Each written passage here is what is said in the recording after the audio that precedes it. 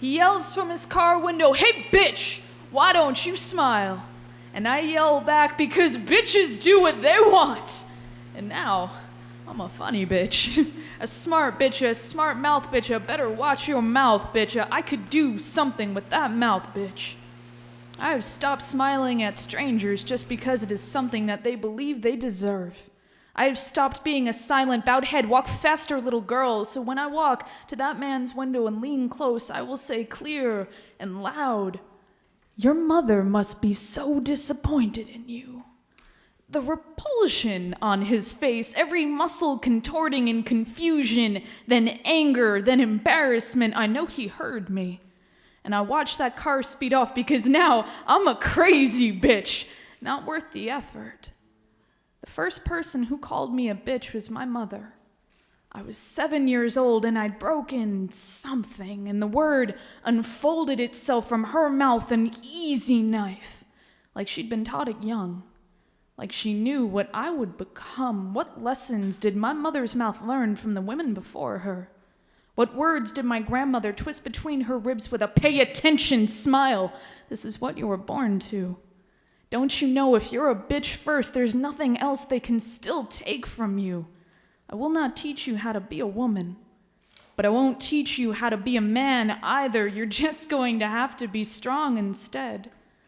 I think of that man in his car leaving me in his wake, his earned shame in the way he looked back knowing he could not apologize for this, how he is still learning, and I'm still learning what this strength means, how he too must be a son of a bitch, how we both know where we come from.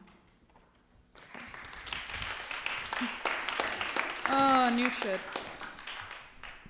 Here is a field guide to all of the ones who did not love me enough to stay.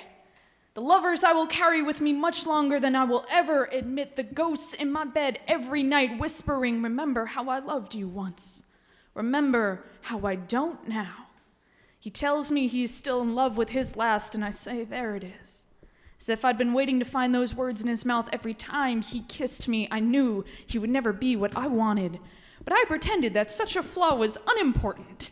And I have been a bigger fool than this. She says, "I'm so sorry, but I tried to love you, and I must be so unlovable then." But love is not something you try at, little girl. It is not a sport. There are no participation awards here. Technically, I left you. But it is hard to see the difference once you lost your voice down that bottle and all the dirty things you said. I gathered them up, a bouquet from my table, a reminder of what men like you smell like. You said I was the most important thing in your life a week before you left me for another woman. Oh, what ripe fruit your new lover must taste of. What bruised cherries I have been eating. The word "but" is such a small thing. But it knows exactly where it belongs between you and all of your silly expectations. I love you, but I want to be with you, but I tried, but I'm sorry, but I want to be loved without contradictions. I want a graveyard love, the kind I would gladly bury myself for. The first time you kissed me, the lights were off, like you were afraid to see my face.